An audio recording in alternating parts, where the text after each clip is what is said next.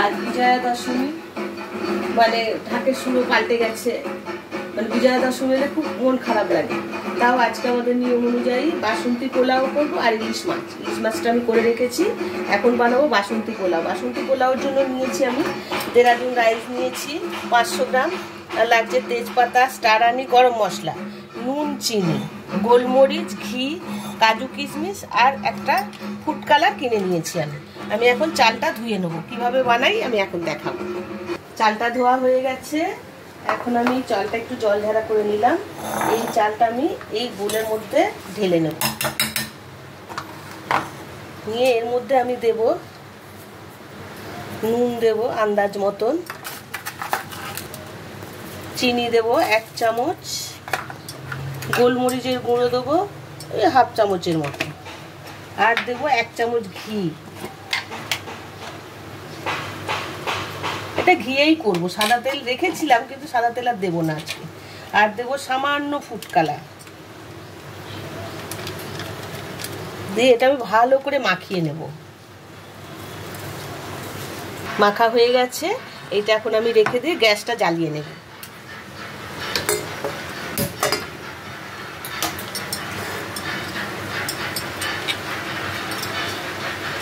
আমি একটু সাদা তেল দেব কাজু কিশমিশটা ভেজে নেওয়ার জন্য।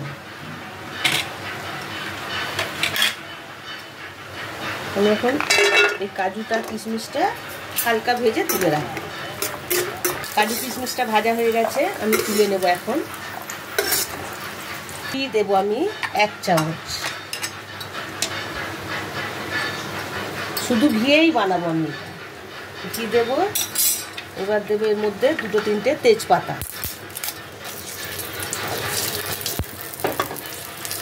দেব স্টার আনিগুলো, আর দেবো গোটা গরম মশলা কিছুটা দিয়ে এটা একটু ভালো করে নাড়াচাড়া করে ওটা আমি এর মধ্যে দিয়ে দেব।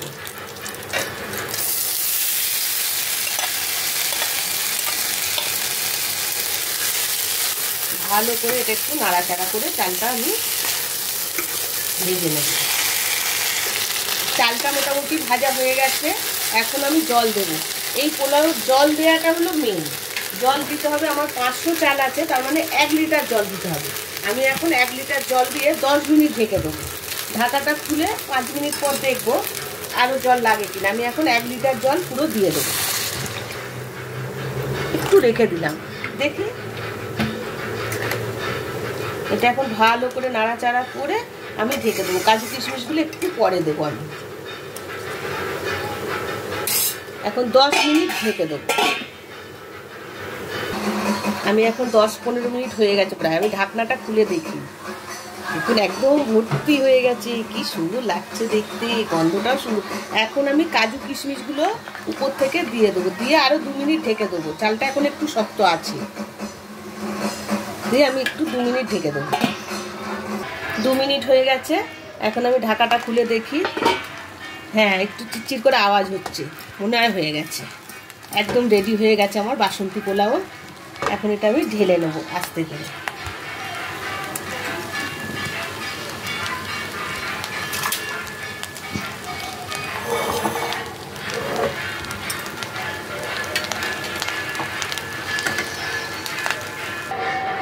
বাসন্তী পোলাও রেডি হয়ে গেছে। ইলিশ মাছটা আমি পাতলা ঝোল করে রেখেছি। আজকে আমি দিদি জামাইবাবু এসেছে, পরিবেশন করব, আপনাদের দেখাবো। বিজয়া দশমীর মেনু রেডি হয়ে গেছে। ইলিশ মাছটা আমি আগেই করে রেখেছি, এখন আমি পরিবেশন করব। দিদি বসেছে, জামাইবাবু, আমরা আজকে খেয়ে দেখব, ওরা না খেয়ে বলবে কী রকম হয়েছে আজকের পোলাও আর ইলিশ মাছ। পোলাও রেডি, মিষ্টি একটা করে দিয়েছি। আজকে বিজয়া দশমী, মিষ্টি তো করতেই হবে।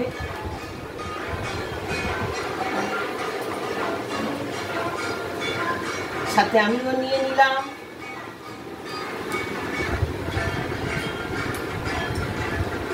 10 মিনিট ঢাক বেজে যাচ্ছে, আমরা এখন খেতে বসেছি ইলিশ মাছ দিয়ে বাসন্তী পোলাও। খেয়ে বলবে কেমন হয়েছে।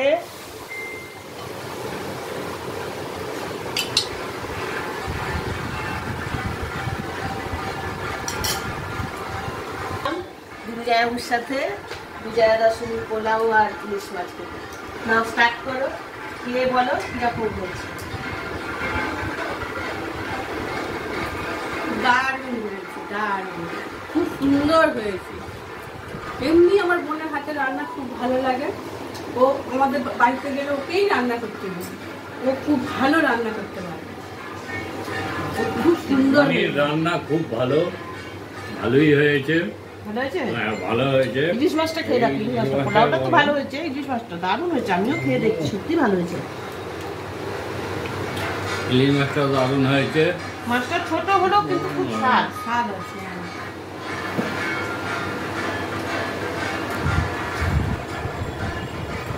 মাছটা ভালো না?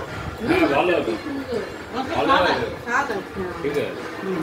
লাস্টে মিষ্টি মুখ কিন্তু করতেই হবে, কারণ আজকে বিজয়া দশমী মিষ্টি খেতেই হবে। ঠিক আছে, ঠিক আছে, খাওয়া যাক এখন।